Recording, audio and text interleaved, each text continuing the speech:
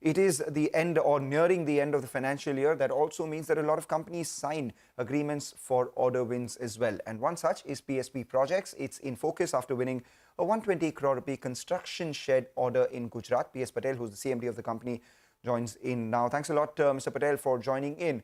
Just wanted to Thank you. understand, this 120 crore order that you've got, was it baked into your order inflow guidance, or is it a new order outside of what you were expecting? At the same time, if you could give us a sense of the execution timeline on this, the sort of margins that you're expecting. So this order, actually, the order inflow which we have declared throughout the year was 2,500 crore, which we have already crossed by declaring the order of Surat Municipal Corporation of 1344 crore. So this order of 123.38 crore is an addition to that expectations of order. And this is more related to a construction of a high-rise building in Ahmedabad. And the most important is that 96 crore is the civil work, but the 28 crore is more on the precast side, which is something which we are eager to execute also, because we have entered into precast industry and we want this industry to grow from here. And this year we have got better orders in terms of precast. And overall order inflow, yes, we have crossed 2,500 crore and we are almost touching to nearing to 4,000, which is good for the company. And this order has to be executed in next 24 months. Overall, the order book, which is now outstanding, is at about 6,400 crore, which is to be executed in this last quarter and the years to come, which will be carried out in the next 2 to 2.5 years. All right. Just wanted to understand any more other order wins which are likely in this month. I mean, last 15 days, usually people give a lot more orders to close out this financial year. So you said you are closer to 4,000 crores. Is there a chance that you go higher than that? No, we are going to get closer to 4,000 after getting one order still, which we are waiting, because we have stood lowest since last three and a half months or 4 months. It is at the government of the state level, which is at the approval level. So if we get that order, then we'll be near to 4,000. How big would that order be? How big would that order be, which you are likely to get in the near future? Pardon me? How big is that order likely to be? The one that you're expecting in the near future?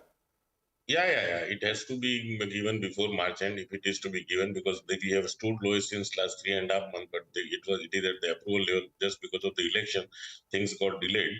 But now I think we have been discussing last 15-20 days, so probably it should conclude before March. All right. Just wanted to understand about Pandharpur and Bhiwandi. These two orders have been on a standstill. The last time you joined us, you said that there may be a chance that there could be rebidding for those. Has there been any clarity? No, yes, Bhiwandi, yes, they have discussed, and the project has now, what we have heard, is been shifted from BMC to Mahada, and the project size has also been increased from 600 to 1,800 crore or so.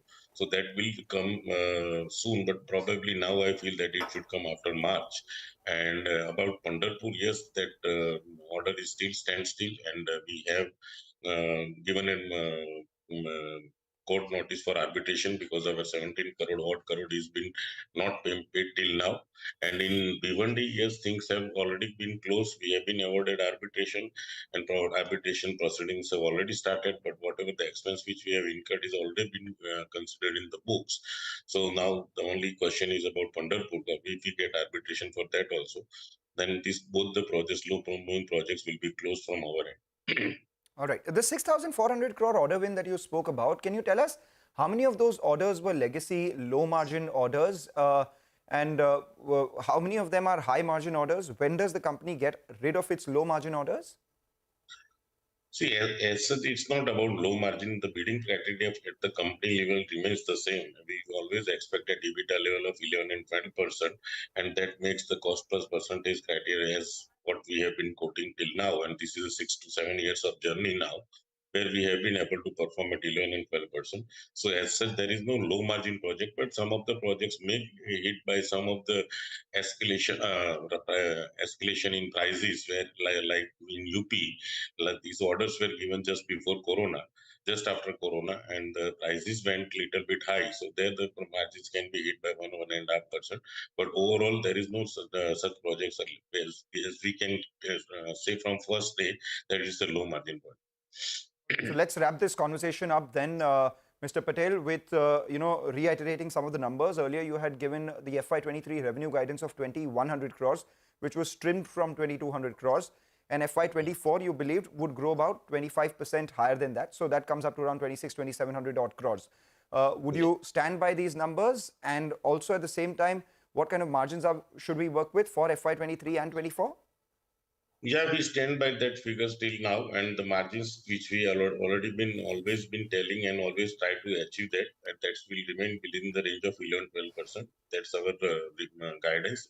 Usually it has crossed 12 at the end of the year, but the guidance will be in the range of 11. All right, Mr. Patel, thank you so much for joining in. This was a good conversation. We hope to speak to you soon once you win the other big order that you just spoke about. Thank you, sir. Thank you. Right, with that, we will slip into a short break. But as we do, on the other side, we will be joined by Umesh Chaudhary, who's the MD and CEO of Titagarh Wagons, after the company emerges as the lowest bidder for supply to the wheels to the Indian Railways, and this in consortium with RK Forgings.